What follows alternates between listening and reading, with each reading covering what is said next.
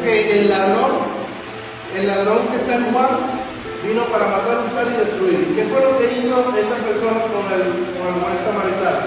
Dice que primero lo buscó, luego lo golpeó. Dice que lo golpeó y lo dejó medio muerto. ¿Cierto? Pero ¿qué pasa? Que siempre Jesús aparece en el momento más indicado de nuestra vida. Siempre el Señor Jesús viene a nuestro rescate. Dice que estaba medio muerto. Satanás no terminó de consumir el plan que era matar a aquel hombre, sino que era necesario que pasara un buen samaritano representando a Jesús para dar a demostrar de que no es por la religión, no es por lo que nosotros podamos hablar o podamos decir, sino que hay que tener no solamente ser experto en oración, sino experto también en la emoción, en la práctica del amor genuino, atender a las personas, cuidarlas, invertir